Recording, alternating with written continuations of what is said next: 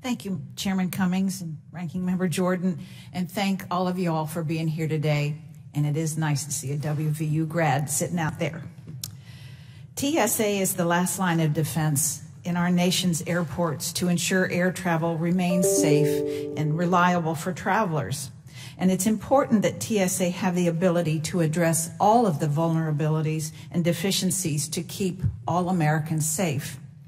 Mr. Johnson, after listening very carefully to your testimony as managing director, to quote one of my good friends from West Virginia, get her done. Administrator Pekoski, the Government Accountability Office found that there are 3 problem areas that exist in security operations when evaluating test results: knowledge deficiency, skill deficiency, and value deficiency. What steps has the TSA taken to help address these deficiencies? A number of steps, ma'am. The first one is to try to get the tools in the hands of the officers that they deserve to have to do the job that they're doing. When you're using a piece of technology that we know needs to be replaced, there's better technology out there. We need to be fast in getting that technology in their hands. Additionally, we need to do a better job of training our officers. You know, I've been in this position now for almost 2 years, and I am very impressed and very proud to serve with the officers that are in this agency. They want to do the very best job they can. They understand the gravity of the position that they hold. We just need to do a better job, and we are making progress in this regard of training them and assessing their performance and doing coaching, mentoring, encouraging them for this very important job. Okay, and have you taken steps to ensure the vulnerability owners are assigned to lead mitigation efforts? Yes, ma'am. That's the first step. You've got to say to an individual, you are responsible for working us through this, and there's a reporting mechanism so we can assess progress along the way. The TSA's mission statement on their webpage states that it's to protect the nation's transportation systems to ensure freedom of movement for people and commerce. Our administration, under the leadership of President Trump and the DHS, has worked tirelessly to address the crisis at our southern border. In May alone, over 144,000 immigrants illegally crossed into the country. I know that Congress needs to be a partner to the administration to ensure that we address this crisis swiftly in the most humane way possibly.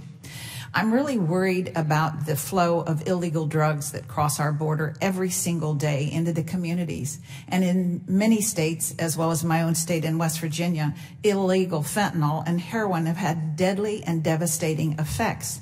In January alone, the U.S. Customs and Border Protection apprehended 100 million lethal doses of fentanyl in Arizona. What is DHS doing to stop the flow of lethal opioids into the United States? We are very concerned about that very same issue, ma'am. And part of what we're dealing with on the southwest border right now is the trafficking of humans. And the cartels are using that as a revenue replacement for the transport of drugs to some degree, but they're also using the transport of humans as a diversion to their ability to get drugs across the border. The solution to this for us is to put the focus on the southwest border that we are now. That's why we are sending volunteers from across DHS. That's why we have a supplemental request up here on the Hill to help us financially get at this problem so that we can free up Border Patrol officers and customs agents to focus across the board on what they're doing. Wouldn't you say that the flow of these dangerous opioids across the southern border is one of our most significant threats to our national security?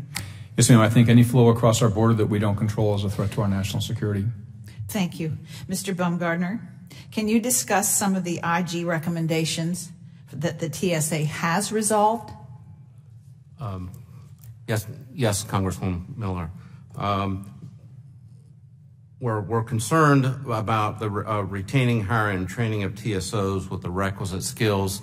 I believe TSA is working on that, as Administrator Pekoski indicated. We're also concerned with the screening technology, and I think there's a plan afoot to enhance that.